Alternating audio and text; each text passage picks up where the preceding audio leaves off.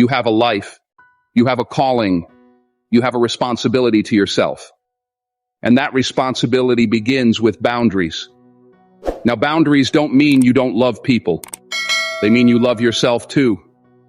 They mean you understand that you are not infinite. You are not a machine. You are human.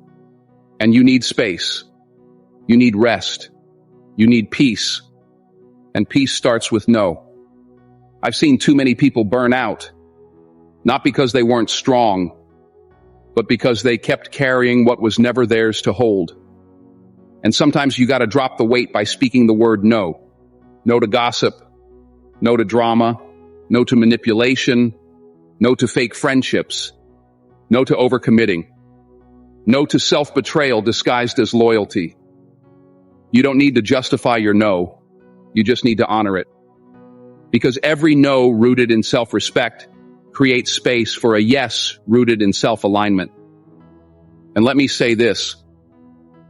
There will be people who don't like it when you start saying no. They will be confused. They will push back. They might even get angry. Why? Because your boundaries are interrupting their comfort. They got used to you always saying yes. They liked the version of you who never stood up for yourself. They benefited from your silence. But you're not that version anymore. You're evolving. You're healing. You're learning to honor your time, your energy, your worth. And that's going to scare some people. But let them be scared. Let them talk. Let them walk. Because the real ones, the ones who truly care for you, they will honor your no just as much as your yes. You see, there's a power that comes with learning to say no. A calm power.